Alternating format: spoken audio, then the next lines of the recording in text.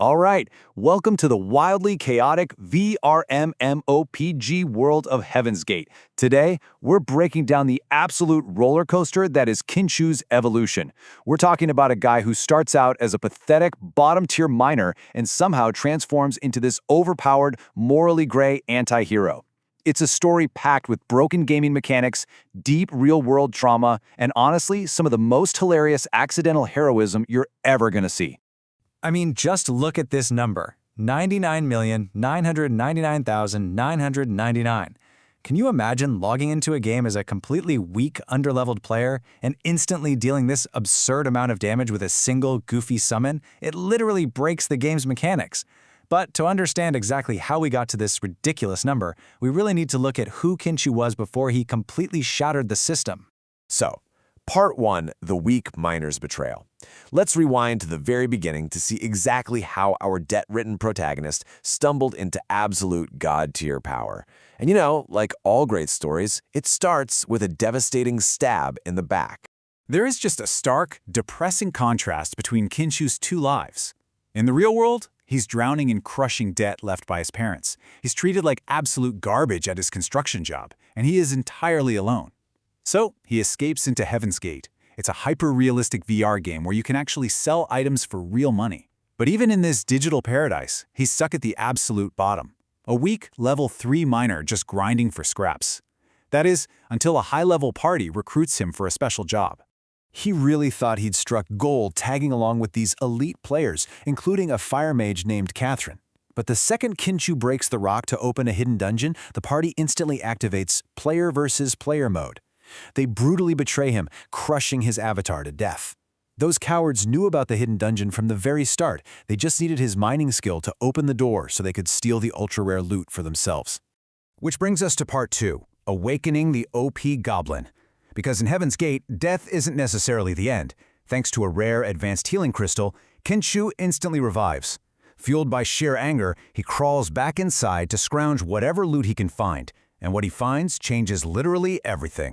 Kinchu sneaks in and sees this massive, terrifying level 80 Geiger boss absolutely massacring his betrayers.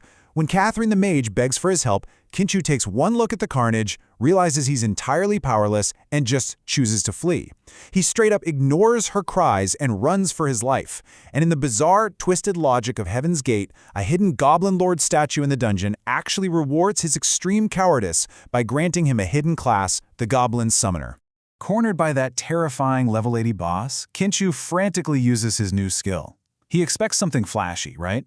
But instead, out pops this goofy, scrawny, incredibly ugly goblin with its tongue just hanging out. Kinchu totally thinks he's doomed. But then, the goblin casually swings a simple wooden club and instantly one-shots the boss. Boom! That is exactly where that 99 million damage came from. Kinchu's experience points absolutely skyrocket in seconds. All right, Part 3, Accidental Hero, Sweet Revenge. Kinchu cashes out the boss's drops for a massive 230 million won in the real world, which wipes out a huge chunk of his debt. It's a real game changer. But roaming around with an invincible goblin quickly brings some unwanted attention from the game's biggest bullies, the notorious Yvonne Guild. The Yvonne Guild tries to intimidate Kinchu, but man, it goes horribly wrong for them. Their most famous player, Patton the Annihilator, attacks the goblin and gets instantly killed by a pebble. A pebble! High-level assassins strike the goblin's neck and deal absolutely zero damage. In the midst of all this chaos, Kinchu commands his goblin to shut up a screaming guild archer. To avoid looking like a complete monster to the gathering crowd, Kinchu slaps a leash on his goblin and pretends he's subduing it. Hilariously, the townsfolk mistake him for a high-level heroic knight protecting a maiden. You can't make this stuff up. So Kinchu leans hard into this opportunistic chaos during a highly difficult Yvonne Guild raid. First, the guild is struggling against a level 40 Iron Giant. Then, Kinchu accidentally ruins their complex attack strategy, getting almost the entire guild wiped out. Finally, just as the boss is about to win, Kinchu's goblin literally breaks through space-time, drops another 99 million damage attack, and steals the raid boss kill right out from under the Yvonne Guild's noses. It is an epic, hilarious heist. Moving into Part 4, Escorting the Comatose VIP. Now this game definitely has a dark side. Heaven's Gate actually transmits real pain to its players through neural links, and Kinchu soon learns a horrifying truth about Catherine, the mage who betrayed him earlier. The pain of that level 80 boss attack was so incredibly severe that it sent Catherine's real-life body into a trauma-induced coma, leaving her in-game avatar completely paralyzed. Kinchu discovers she isn't just a regular player, she's the heiress to the massive Simi-Young corporate group. Driven by pure greed, our anti-hero hatches a highly questionable plan. He decides he's going to keep her comatose avatar safe in the game to secure a massive real-world payout from her company. What follows is pure slapstick chaos, guys. Because Catherine's avatar can't move, Kinchu literally attaches a goblin leash to her and drags her through high-level dungeons just to complete quests. I mean, he drags her through spinning saw blades, uses her magic-resistant dress as a literal surfboard to slide over lava, and even hurls her across broken bridges as a projectile weapon. Miraculously, her avatar survives all of this until a massive golem punches her so hard it actually shocks her back to consciousness. Waking up terrified from the golem attack, Catherine begs Kinchu for help. She reveals that her seemingly perfect, wealthy, real life is actually a nightmare of physical abuse at the hands of her father, the corporate chairman. A man who, ironically, plays the game as a beloved, heroic knight. This is where the story really hits home. Heaven's Gate isn't just a game. For people like Catherine, it's a desperate escape from real-world monsters. Now things get deep. Part 5, The Mask of the Demon. The story takes a highly dramatic turn right about here. Just as Kinchu is slowly realizing the world is a lot more complicated than just making money, his invincible goblin summon unexpectedly enters a cooldown phase.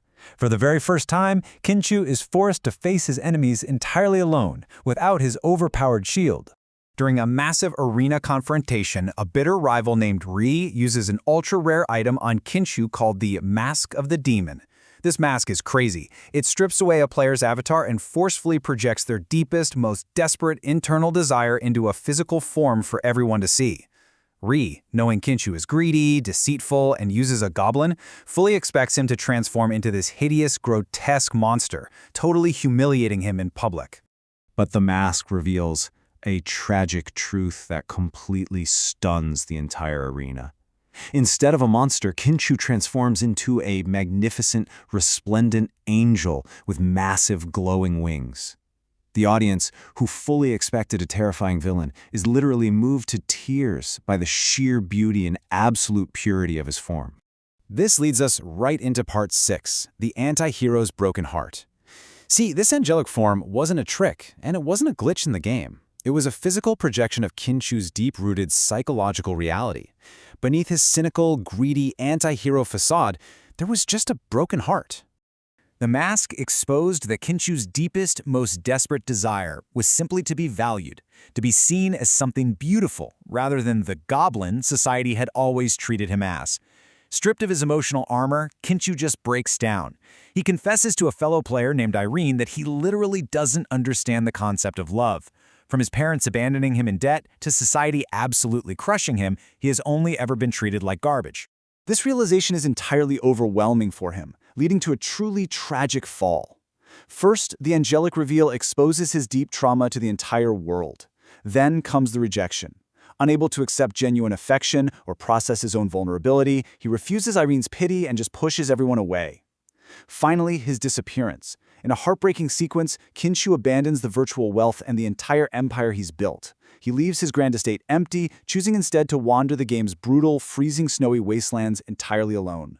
It's a tragic cliffhanger that flips the typical overpowered hero trope completely on its head. It leaves us with a really provocative question. With unlimited power in the virtual world, but a profoundly broken heart in the real world, can Kinchu ever heal his scars? Can he find the courage to accept the one thing he truly desires? It shows us that, sometimes, the heaviest armor we wear isn't to protect our health points, but our hearts. Thanks for joining me as we explored this incredible explainer. Keep questioning the stories you consume, and I'll see you next time.